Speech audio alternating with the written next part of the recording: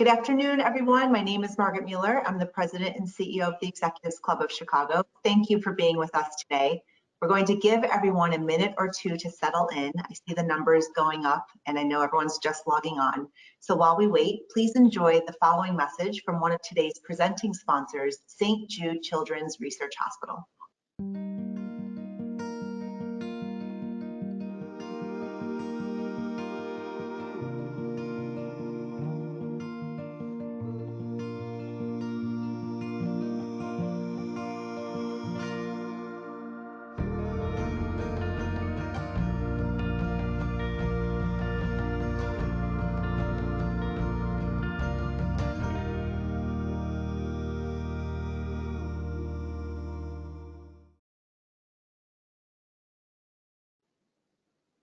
I want to thank all of the sponsors of today's program, our presenting sponsors, BMO Harris Bank and St. Jude Children's Research Hospital, our gold sponsor, OCC, and our silver sponsors, CIBC and Mesero. Thank you all for your support and for making today's program possible. A quick housekeeping note about GoToWebinar in case this platform is new for you. If you hover your mouse on the right-hand side of your screen, there's a quotation bubble icon, and there you can ask our speakers any questions you might have. I know Gloria will do her best to get to as many as possible. We do have a packed agenda. And you will also see a paper icon on this screen, which opens up today's program, which includes the agenda and details on upcoming programs at the club. If you have any problems at any time, just email programs@executivesclub.org, and we have members of our team by to assist you. And lastly, before we get started, a reminder that we recently launched our podcast, The Executives Exchange, featuring CEOs and founders of top leaders in Chicago. Please take a moment to take out your phone and subscribe wherever you get your podcasts. And a special thanks to our podcast sponsor, Shure. So on to today's program. As you all remember, we hosted the first installment of this conversation in January to discuss Chicago's equitable recovery through intentional economic growth and investment. We are thrilled to continue the conversation today, shifting gears to discuss strengthening and supporting small businesses in the community as we push towards a peaceful, more resilient, and equitable Chicago. And here to say a few words and to introduce our panelists and our moderator is Eric Smith, Vice Chair of BMO Harris Bank. Eric, over to you. Good afternoon, everyone. And Margaret, thank you for the introduction. And thanks to the Executives Club of Chicago for hosting this event. Again, my name is Eric Smith, Vice Chairman of BMO Harris Bank, and we're proud to sponsor today's program, and it is my pleasure to welcome everyone for this important dialogue. In the midst of global crisis, I've watched as We Rise Together assembled a coalition for an equitable and just recovery for Chicago, spanning their reach to partners across philanthropy, business, and community efforts at the intersection of public and private entities. Their mission and hard work to accelerate an equitable recovery for Black and Latinx communities while reforming business practices and policies brings me great optimism for the future of this city. BMO Harris Bank is aligned with We Rise Together around the importance of inclusive economic recovery, supporting the needs of minority-owned, led businesses, communities, and families is more important now than ever, and it's at the core of our mission to boldly grow the good and business in life. I'm proud of the work we've done so far, which includes the recent launch of BMO Empower, a 5-year, $5 billion community investment initiative that will support economic recovery across BMO's U.S. footprint, including right here in Chicago, and we've made tremendous progress on this initiative so far to date. I'm confident that today's conversation will provide actionable takeaways for the business community here in Chicago to contribute to small business recovery, especially for Black and Latinx business owners as we emerge from this pandemic. Moderating our conversation today is my friend Gloria Castillo, the director of We Rise Together for an Equitable and Just Recovery. Joining Gloria on the panel is David Gupta, the Chief Executive Officer of SDI Presence, Emilia DiMenco, the President and CEO of Women's Business Development Center, and a former BMO colleague who spent 30 years here at the bank, Mambu Sherman, also, who is a Vice President of Global Philanthropy at JPMorgan Chase. So it's my pleasure to introduce this esteemed panel. Over to you, Gloria. Thank you so much, Eric. It's just always a pleasure to see you. And thank you to everyone for joining us, and particularly to Margaret and the Executives Club for hosting this series. I think they've done a remarkable job during this pandemic of bringing new speakers and lots of interesting topics to the Chicago business community. And we're going to keep that rolling today with this incredible panel. I do want to take a moment to thank Eric and BMO for being a really early adopter of We Rise Together for an Equitable and Just Recovery. Their leadership is incredibly important, and BMO is a wonderful corporate citizen and continues to grow its impact in this region. Eric did a really great job of introducing We Rise Together. I do want to just emphasize that we have 3 priorities, and that is to ensure that this region thrives by spurring neighborhood economic development, by expanding and strengthening small businesses, and particularly businesses of color, and ensuring that we are increasing employment opportunities in the Black and Latinx communities. What we know is that Chicago and the region is roughly a third Black Latinx. And when we think about that, we know that in order for this region to thrive, we can't leave 2/3 of the people behind. So this is a really important initiative for all of us. And let's talk about the small business ecosystem in Chicago. JPMorgan Chase is making significant investments in the small business ecosystem in the Chicago area, including a program to advise Black and Latinx entrepreneurs. Could you describe what JPMorgan Chase is doing in this space and why? Absolutely, and thank you for having me, Gloria. Glad to join the conversation. There's a popular anecdote that I use to describe our orientation toward this small business work, and that's say a few fish wash up on the shore. You may ask, what's wrong with the fish? What do you say when thousands of fish wash up on the shore? We'll be inclined to ask what's going on in that environment. So at the firm, we're taking a closer look at the ecosystem where the fish live. I like this illustration. I use it frequently because it orients our thinking around the broader systemic and institutional barriers Black and Latinx entrepreneurs face. Here's what we know. Small businesses are at the core of our national economy. They employ half of the national workforce.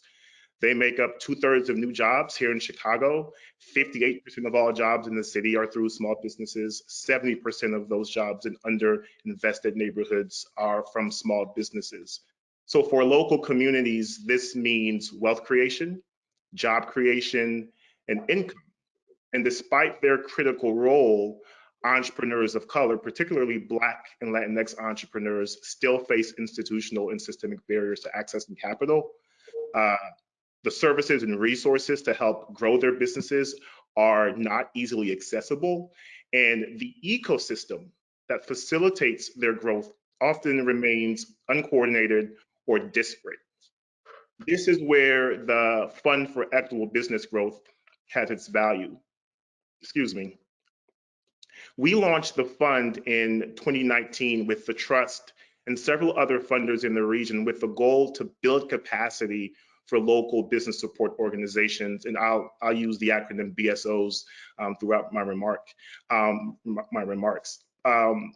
To build that capacity for those local BSOs by supporting innovative partnerships. We wanted to improve the business service delivery, enhance the quality of service available for entrepreneurs of color, and create more connective tissue between business service providers. So we had this theory of change, or this hypothesis that effective partnerships between business support organizations are central to addressing those needs. And our vision was to shape an equitable and coordinated marketplace of services for those entrepreneurs in Chicago. In 2020, we reached over 1,000 entrepreneurs, supporting 14 partnerships representing 51 organizations in the city, and provided more than $2 million in grants. Collectively, those partnerships spanned food and beverage industry, financial coaching, Spanish language curricula, back office collaborations. Since launching, our efforts have evolved, and I can say they're actively evolving as we strive to be adaptive and responsive to the changes and what we're learning in the ecosystem. So while we're still doing our core work, supporting entrepreneurs through local BSOs, business support organizations, we're also exploring new strategies. We're looking at how to strengthen connectivity, not only between those BSOs, but also between BSOs and investors, entrepreneurs and funders, different ways to increase capital flow for small business owners. We're taking a deeper look at impact. What metrics should we be tracking? How might we design a more data-informed, data-empowered small business ecosystem? And all of this is what this ecosystem work it's all about. It's multifaceted, it's multi-pronged, and like any living ecosystem, it's about cultivating the relationships between the actors in the ecosystem, finding that connective tissue, and creating the environment for businesses that are led by Black and Latinx entrepreneurs to thrive. That is incredibly important work, and building the ecosystem is what will create sustainable growth for those businesses. We're going to come back to that in a moment, Mambu. Thank you very much. SDI Presence has had a long-standing commitment to business diversity, and SDI itself is a certified MBE. So I think it speaks to, as we think about the ecosystem, it speaks to the fact that all companies need to be involved in expanding opportunity. Can you tell us about SDI and how have you achieved this kind of expansive spend with other diverse businesses? First, I want to thank you, Gloria, for having me to this forum, as well as the Executives Club for putting this together. Gloria, you have a clear vision of what all of us can do to rise together, truly together. You've had years and decades of experience in this, and it does have an impact on our communities economically. For us, supplier diversity is a priority. As a diverse supplier ourselves, we looked to city governments as well as utilities to provide us opportunities in our space. We're an IT services provider, and we provide mission critical services for our customers in government and utilities. We though, as a diverse supplier, saw that it was incumbent upon us to pay it forward and to bring up other suppliers as we move forward and up the corporate ladder. So to your point, we started to measure our spend with other diverse suppliers in 2019. We did 6 million. In 2018, we did 6 million. In 2019, we did 12. And Gloria, last year, in 2020, we did over $24 million of spend with other diverse businesses in our ecosystem, minority-owned, women-owned, disadvantaged-owned businesses, as well as veteran-owned businesses. And for us, it's a proven model where our supplier diversity program, curated over time, is one where we provide not only these partners these opportunities, but also mentor them in the growth of their businesses, because everybody needs coaching, right? And so as we develop this partnership over a long period of time, it makes us broader as a firm, it makes us stronger as a community, and that's good for our customers at the end of the day, and for our communities.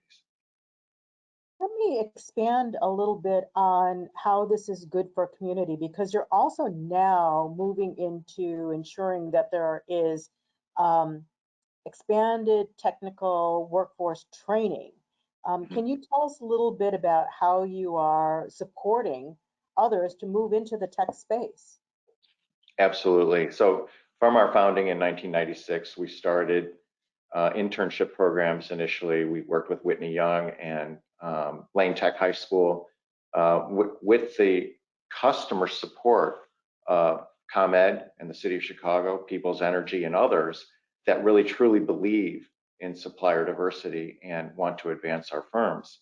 So fast forward now, we've had 250 internships, peaking out at where we are today with 33 current interns on our staff from City Colleges of Chicago. And This is a way to provide more opportunities and wealth building to people within our communities. We recently partnered up with City Colleges of Chicago, specifically Kennedy King, to help launch what's called the Tech Launchpad. This is now going to be a program that educates Black and Brown students at Kennedy King in Inglewood, 700 students in 3 years in tech services training. We're talking about AWS, Microsoft, Cisco, Dell Computing, and other types of platforms, which arguably are very, very key jobs of the future. We're going to go in residence there, assist with programming, and anything we can do to not be in the way, actually, and to be very, very supportive of their program. But this will build a talent pipeline, not only for SDI, but for other tech companies and other businesses in Chicago, because all of us need tech workers today and in the future. And finally, Gloria, one of the things that you are aware of that I'd like to share with the group is that we opened up our Southside Innovation Hub on 35th Street, and now have taken 10,000 square feet and are bringing jobs out of the Central Business District into the community where our colleagues live and want to work. And where we think that that's beneficial is that it helps them because they can work locally. It helps the landlord who's leasing a space. It helps the surrounding businesses that provide services to our colleagues. And it just makes, I think, our communities a lot more resilient and safer over a period of time. So we have this very broad vision of what it means to be an MBE. It's not wealth creation for ownership only. It's for our colleagues. It's for our community. It's for also delivering excellence and service to our customers. Well, it's a very comprehensive approach and one that's much appreciated. Emilia, I have had the great pleasure of interacting with the Women's Business Development Center over a number of years, and it is really an example of a highly impactful organization, deeply involved in Cook County's response to COVID and helping to ensure an equitable recovery. You've been committed to accelerating business development and growth for women-owned businesses, but for diverse businesses of all kinds for over 35 years. So you've got insight into the current issues, but you've also got insight into longer-term systemic barriers.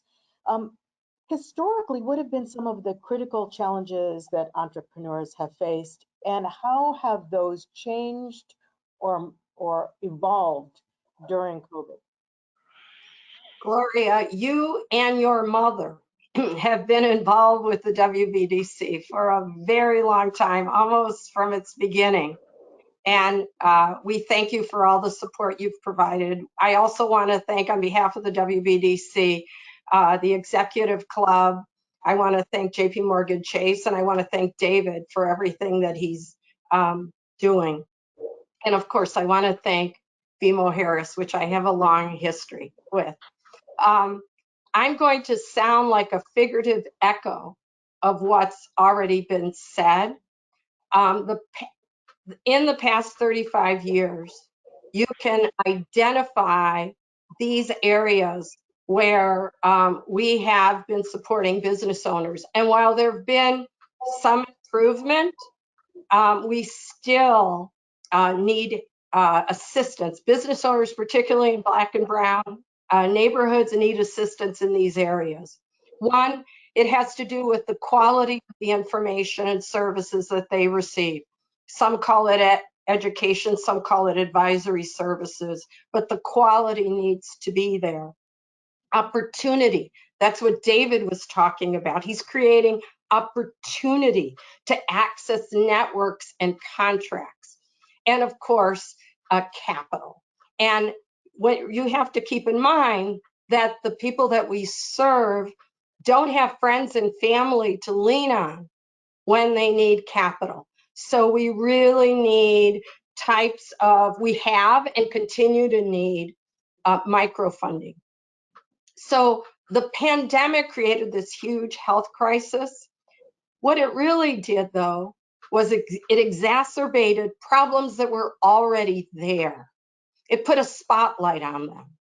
And the reason that so many of us observed that a lot of the loan and grant programs that were out there didn't go to the neighborhoods we wanted them to go to. And the reason is those three things. They weren't ready to absorb that capital. One of the good things that came out of the pandemic for the WBDC is while our funders do appreciate what we do and how we fit into the ecosystem, they really understand it now. Organizations, BSOs like the WBDC, were able to assist federal, state, county, and city programs in distributing grants because loans, those that we serve could not absorb any more debt. It really had to do with grants because grants are a form of equity and there was no other option for them. That's a really important point. And I think what you're pointing to, Emilia, is constantly thinking intentionally about strengthening the ecosystem. And Mambu, I want to come back to you because I think you have really deep insight into not only how the BSOs support the ecosystem, but I think JPMorgan Chase has really taken a leading role in thinking about how the ecosystem impacts wealth creation and employment opportunities. Can you talk a little bit more about kind of the intentional actions that are being pursued? Absolutely. I think to my earlier point around a multifaceted, multi-pronged approach, I think the tendency may be let's see what the bank's doing. When this ecosystem work involves all of us. It involves the banks, it involves the local philanthropies, it involves the BSOs that you mentioned. So we are taking a truly multi-pronged approach, given the value we feel like we can add to the ecosystem and helping other players in that ecosystem unlock their value. So when we talk about building capacity for neighborhood BSOs, when we talk about trying to get capital into the hands of entrepreneurs, increasing capital flows to neighborhoods, the intersection of our small business work and our workforce initiatives, or our small business work and our financial health initiatives, this work cannot be siloed and it cannot be solved by one entity. So it does take this collective effort, and you'll see our orientation around collaboration, connectivity within the ecosystem and the other players. I think that collaboration is such an important point. And David, I want to come back to you for a moment because I think there's a sense that only very large businesses can have an impact on the business environment. And I think this is an all hands on deck moment where each one of us has to be intentional about how we are inclusive, how we support other businesses. Can you go into a little bit more depth, helping our businesses of all sizes think about opening their doors to doing business with diverse businesses and how you actually partner with other diverse businesses? What does that look like when you partner?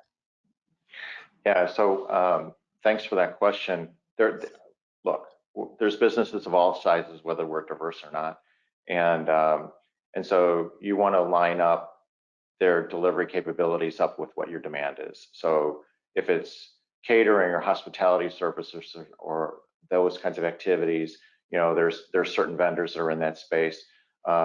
In our space in IT services, we compete with and collaborate with very large IT systems integration firms, and you know, for us, we want to make sure that we have the capacity to deliver for them, and that funding issue is a big issue for a lot of firms. So I'm appreciative that you guys are bringing this up, because access to capital for a lot of firms is a big struggle. We are very, very focused on having partnerships that are relevant and matter. In our IT space, we do not just partner with firms to just get personnel. We actually look at what their overall strategic intent is of their firm, and then provide opportunities to them within that specific area of interest. The IT area is so broad, and so fragmented that there are a lot of different firms, but most of them have very, very specific things that they want to do. And we closely align that with our needs and the needs of our customers. The one thing I also wanted to just add on, Gloria, is that I know that there's a bit of a bias into thinking that diverse firms are always small. As a matter of fact, there are some very, very large minority-owned businesses in this country, some over $10 billion a year in sales. So there should not be any cap on what we can accomplish as a diverse firm, and some have broken through that glass barrier and been very successful. What I'd like to urge the business leaders on this call to think about is how you can work with a diverse firm, eliminate any of the bias that you may have into thinking that they're not as sophisticated or can't deliver at the same level as your other providers, and give us a chance, right? When we give our providers a chance, they all move up. There are people that gave us a chance, and we've been able to move up into being a very, very successful company. And if we all did this together in Chicago and in our region, I think that we'd all be much better off. That's a really good point, because I think there is a little bit of a bias in the belief that what we'll call minority businesses are by definition micro businesses. And while we all think that micro businesses are very important in our neighborhood structures, we also know that minority businesses have a greater tendency to hire from minority communities, to develop that talent and promote that talent. And that's an important part of the role of having a broad spectrum of healthy businesses throughout the region.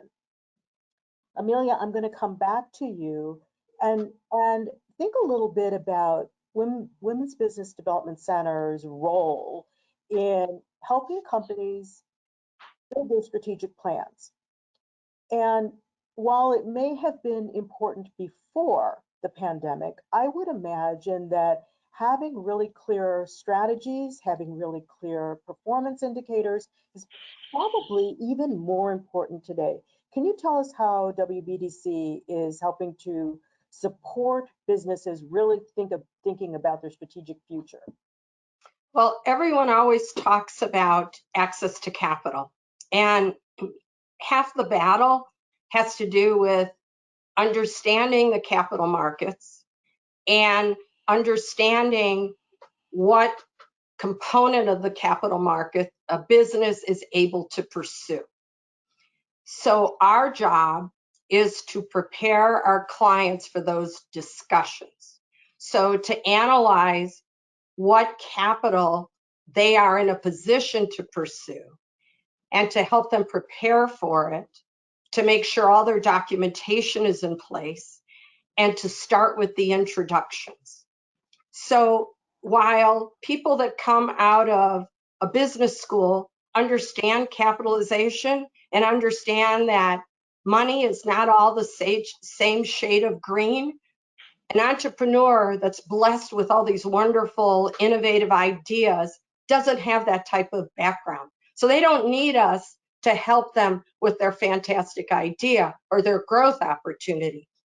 They need us to help prepare for that discussion, to make those introductions, to help cultivate the relationship. That is true both on the capital side and it's true on the procurement side. And David is 100% right. We serve a wide variety of businesses, and they're not all small. And while those startup businesses are critical to the vibrancy of a community, a large corporation or a government entity does not have to compromise to do business with a minority or a woman-owned business or a veteran-owned business or a disabled business. And there are organizations out there that can help them identify those businesses. There are corporations and government entities that are doing wonderful business with people of color, many of which are women-owned businesses. So, you know, it's all that prep work. Frankly, half the battle in pursuing capital isn't the product, even though we don't have all the products that a business owner needs, but half the battle is really the information, the education, the access, the introduction. And that's the gap that we fill. That's the gap that we fill.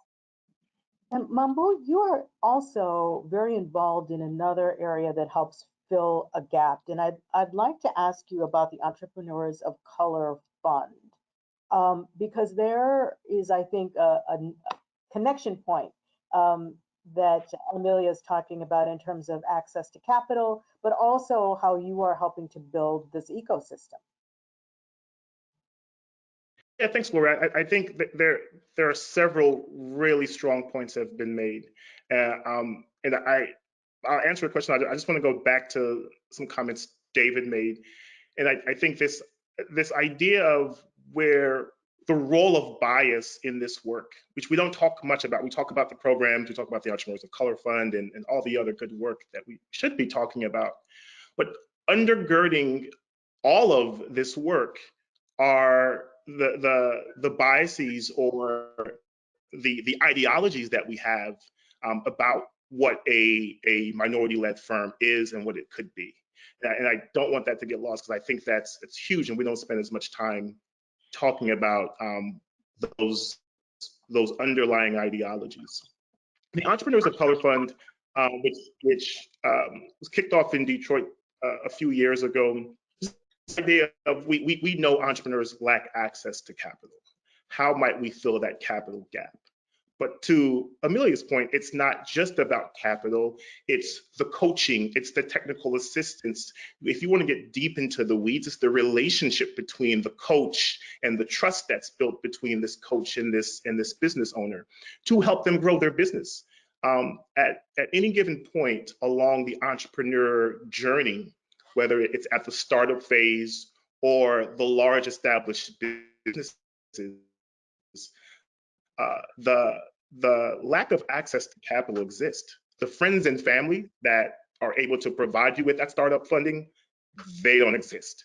The large institutions that should be able to fund a Black or Brown-led businesses, Black or Brown-led business, they have their barriers and bias. Let's just call it what it is, and bias from funding those companies. There's more that African American and Latinx entrepreneurs have to prove and provide and validate and show their credibility to get funding.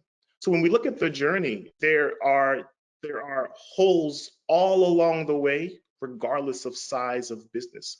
We're focusing on, just similar with Emilia, small businesses, micro enterprises, our local work in local neighborhoods, supporting BSOs, equipping them to better help entrepreneurs start their businesses and grow their business from 10K to 50K to 100K. And we're also working with larger institutional players, like I mentioned our program at Northwestern, Kellogg, our Ascend program. They target more larger established businesses, looking at management support. And I'm hoping you all can still hear me. I'm looking at my audio is going in and out. Our program through Ascend focuses on management support, financial coaching, getting those entrepreneurs who have more complex business challenges the kind of support that they need to fill a different kind of gap. So it really is a large spectrum. And the solutions that we come up with, whether as funders, as investors, can't be a one size fits all. It truly is nuanced and requires, not to go back to this ecosystem point, it does require different people, different institutions that can provide different kinds of value to the market to all play their role to ensure those small businesses are succeeding. Thank you for that, Mambu. And we are getting some questions from our audience, so I'm going to kind of moderate some of these questions. Of course, we have great questions from this audience. The first one I'm going to point to Emilia. When it comes to attracting talent, How can small businesses be thinking about messaging to ensure they are attracting diverse talent? Well, a lot of small, well, let me give you an example. If you look at a woman-run business or a Latinx-run business or a Black-run business, you're going to see a pattern. And that pattern is there will be a propensity to have a disproportionate amount of women working there or Latinx or Black people. Why? Well, those are their networks. We all have affinity towards people like us. We just have to make sure that that affinity doesn't impact our ability to get all the talent that we need. So small businesses hire in their communities. 70% of employees in small businesses in Black and brown communities are people in the community. So there isn't a shortage of talent, no matter what community you're looking at. All you have to do is ensure that you identify the skills you need to do that job, and you're not influenced by other factors. When symphonies recruit for orchestras, the person that is auditioning is behind a curtain. Why is that? Because they don't want to be influenced by any other factor but the skill that's required for that orchestra. We should think about that when we look at the breadth of talent that's out there. Gloria, if I can add to that. Please. Some of us that went through the University of Chicago for our MBA program heard about this thing called groupthink. And when you have groupthink, you have everybody that just agrees with the CEO and they go along for the ride, and you get really bad outcomes generally. So what we like to have is diversity of thought and experience. And I'm Indian American. I can tell you, most of my senior management team is not Indian American. We have a variety of different people, not by design, but because we allowed it to happen. We allowed differences of opinion to come into our management team, into our colleague ranks, across our company. And lo and behold, at the end of the day, when we have a tough issue to solve, and I put this out to my team of 9 of us on the management team, we generally come up with the right decision, and a lot of times it's a lot different than where I thought it was going to go, because we have people that have differences of experience, on our team, and that is, it flows through into the supply channel as well. If you can allow suppliers that have different experiences from different communities that they come from, it's interesting, first and foremost. Plus, we found for our own business that we generally come out with a better outcome. Yeah, I think that all the research points to well-managed diversity delivering much better results financially, as well as the interaction internally in the office. Mambu, I think one of the questions would be well suited for you. Our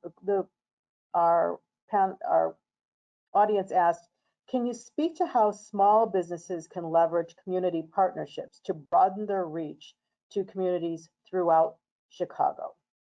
David mentioned city colleges, and you have a number of reaches into the community. Yeah, that's a fantastic question. So I mentioned earlier the Fund for Equitable Business Growth. When we launched, it was specifically focused on supporting innovative partnerships for business support organizations. I'll give you an example of one of the partnerships that we've supported. It's a project called the Bronzeville Culinary Incubator. It's a project led by the Urban Juncture Foundation in Bronzeville in partnership with Let Us Entertain You Enterprises, Chicago Community Loan Fund, and a host of other local stakeholders. And this culinary incubator is launched to help grow Black culinary businesses in Chicago, particularly Black businesses operating in Black communities in Chicago. So you have this large restaurant firm that's let us entertain you, partnering with a local neighborhood nonprofit to really lean into, if you've ever been to Bronzeville and you understand the history of Bronzeville, this rich history of entertainment and food and the arts.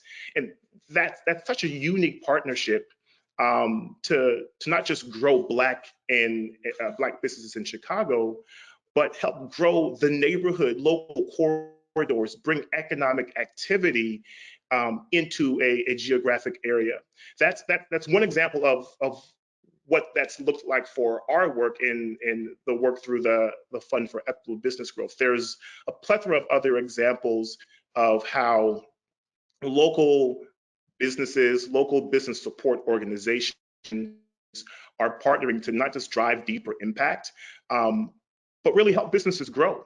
And I think that's the dichotomy with this work. It's about impact. And I'm sure my colleagues at the Fund for Equitable Business Growth get tired of me saying, well, are we helping businesses grow? And sometimes when we think about partnerships, sometimes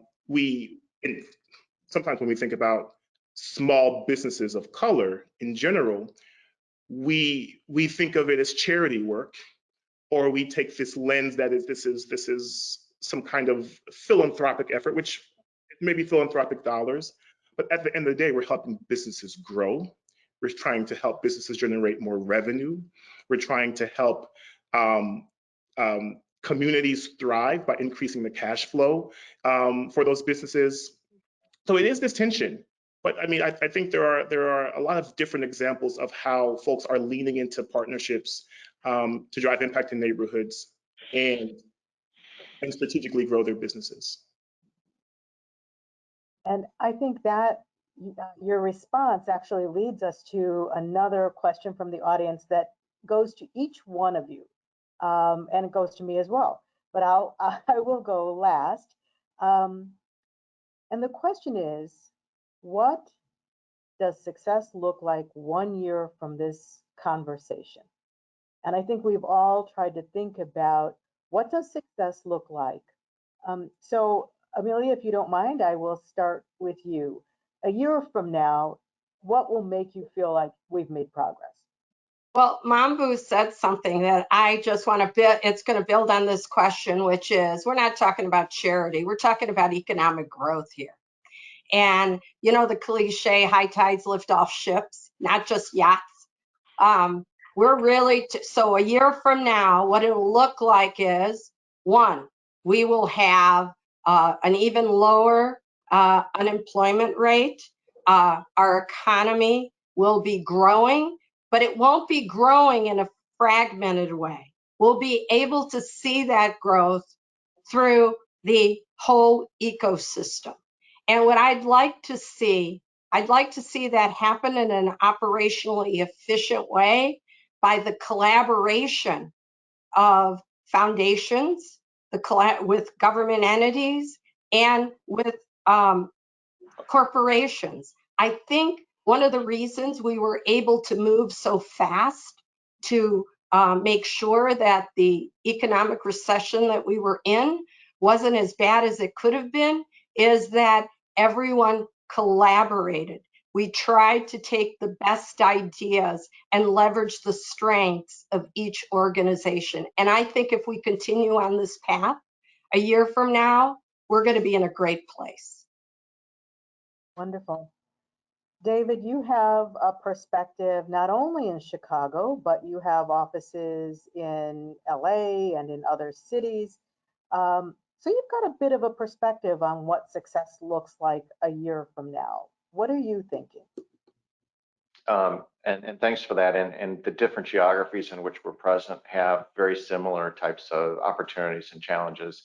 To Emilia's point, you know, the rising tide should lift all boats, not just yachts. And for us, that's why we're very aligned with the name of your organization, Gloria, with We Rise Together, because we don't think this should be winner take all. Because what kind of community do you want to live in? You know, you don't want to live in a community where you have everything and nobody else has anything. And we want to make sure that there's equitable opportunities for people in our communities, whether it's peer firms, even competing firms to us. We bring them onto our projects and we compete and we collaborate at the same time. But also, how do we build wealth in communities? We build wealth by giving people access to opportunities, choices, through mentoring and through education. And so I think some of the metrics that Emilia talked about, with unemployment rate dropping, with our population stabilizing and not people exiting, those are the types of metrics that I think are going to be important for us, as well as just access to education and mentors. Thank you. And Mambu, for you as well, a year from now, what will success look like? Yeah, I spend a lot of time with this question, and I have, I'll share some insight into some of my strategies. How about that? So building off one of the points David made, it's about choices. How do we make sure our entrepreneurs have access to different choices? One of my strategic goals is to increase the number of capital options for entrepreneurs of color. And so there's debt out there, and we're exploring a revenue-based financing model. I'm really interested in the role of private equity to support small businesses, and are there private equity or hybrid private equity models that we can bring to bear? We know models like entrepreneurship through acquisition. It's big in other places. It's big in universities. If a 22-year-old kid can acquire a company and have support to grow it, why can entrepreneurs, Black and brown entrepreneurs, have that kind of support as well? These are some models that I'm exploring that we might explore bringing to bear in the market. I want to increase the number of entrepreneurs that are breaking specific business growth milestones. We know there's a large number of entrepreneurs at the early startup phase. What we don't have, what I'm trying to get a deeper understanding of, is how are we seeing their growth and their trajectory? How many businesses are growing from 50K to 100K, from 100K to 500K? How many businesses are breaking that $1 million barrier? And so on. I want to see more businesses breaking that $1 million threshold and beyond. I want the philanthropic space to be more accountable for growth. We have these conversations, and I'm aware I work for a foundation. We have these conversations and we talk about programs and we talk about access to capital and we talk about BSOs, but seldom do we talk about the role funders play, not just as capital providers, but we incentivize the metrics. We incentivize what the business support organizations do and how they function. How do we change the way that we do business to unlock growth and unlock opportunity for not just the entrepreneurs, but the business support organizations as well? So there are a few really tactical things I'm looking at, and then there are a few big idea things I'm looking at as I think about what success looks like in a year. Those are all really critically important aspects. And in that same question, they asked, how will We Rise measure success a year from now? And so as we think about We Rise together for an equitable and just recovery, as we begin to make investments in particular communities and Black and Latinx communities, we'll be looking at critical indicators as well, because this is part of a larger strategy to close the racial and ethnic wealth gap. So we'll be looking at indicators like, are we seeing similar levels of vacancy rates for businesses in Black communities and in white communities? Are we seeing similar levels of employment rates in Black communities and in white communities? Similarly, for Latinx communities and white communities, both in terms of the business vacancy rates as well as unemployment rates. It's critically important that we utilize the kinds of metrics that we look at every day, and that we see movement in those metrics to closing the racial and ethnic wealth gap. And so, we don't have to make them more complicated than the things that we look at every day. We need to actually take action that brings closure to those gaps. So for We Rise, those are the kinds of indicators that we will be looking at in terms of success. Will it happen in a year? Perhaps not in a year, but we can start to see movement. And over the expected 3 to 5 year life of this initiative, we certainly expect to have significant movement in the neighborhoods where we make investments. We're coming up to time. I'm going to ask like a really quick lightning round, and it aligns to one of the questions that was asked by our audience. If you could give me one concrete example that you would ask in the private sector of an action that they can take today, whether it is to strengthen their relationships with small businesses, to create access to capital, just what's one concrete action a business could take today? And Emilia, I'll start with you. Well, I'd like to give you 4, but I'll only give you 1. And I would say, building on what Mambu said, the funders have tremendous resources and tremendous clout. They can direct resources and capital to neighborhoods. They can incent collaborations. One of the most significant experiences I had in the last year during the pandemic is what I said earlier, which is the collaboration among BSOs, foundations, and corporations.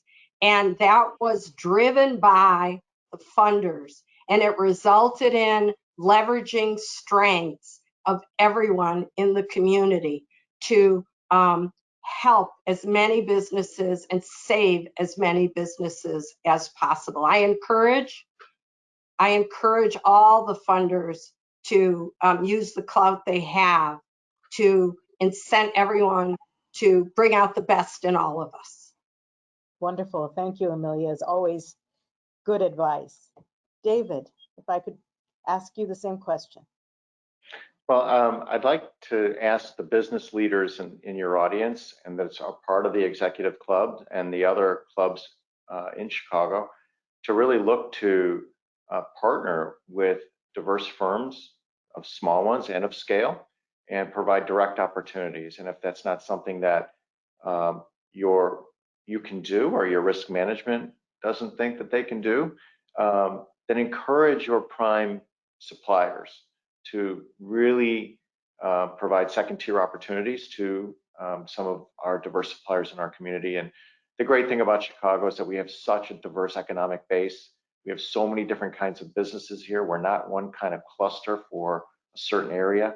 And so this applies to all of the business executives here, is to provide those opportunities, because I can tell you from our perspective, in our experience, we've been able to substantially deliver at a high level while also impacting our community at the same time. Wonderful. Thinking locally is a great idea. I'll circle back to previous comments that I've made, which we don't talk about the narrative and, again, those underlying ideologies. My challenge to the folks on this call is to challenge their thinking about Black and brown businesses, and truly take the time to not just throw money at a situation, because I think there's way more, to Emilia's point, there's way more than dollars that you all can offer. But the influence of thought and the influence you have with your peers to say, hey, these businesses have potential, these entrepreneurs have potential, let's support them, let's help build their businesses, and let's change that narrative that many of us on this side of the table experience. Thank you, Mambu. I will say we are coming up to 2 minutes before our closing, so I do want to take this moment to thank each one of you. You've made this an extraordinarily important panel, and you've given a lot of opportunity for our audience to learn about how they can really support a thriving region. And that's really what this is all about. Each of us will benefit when we are all doing better. So I very much appreciate your participation. Thank you to the Executives Club for this opportunity, and for BMO for their support. And I would ask everyone to take the opportunity to look at We Rise Together and the 525 Move to Action as opportunities for you to become part of this movement. And I'll just close by saying we need everyone to be an ambassador for equity. Continue your own learning journeys. Be conscious that supporting the status quo is not benign. It takes intentional and bold action to create an equitable and just recovery. We can all be part of it. And I want to thank each one of you for joining us today. Thanks so much, and have a great rest of your day.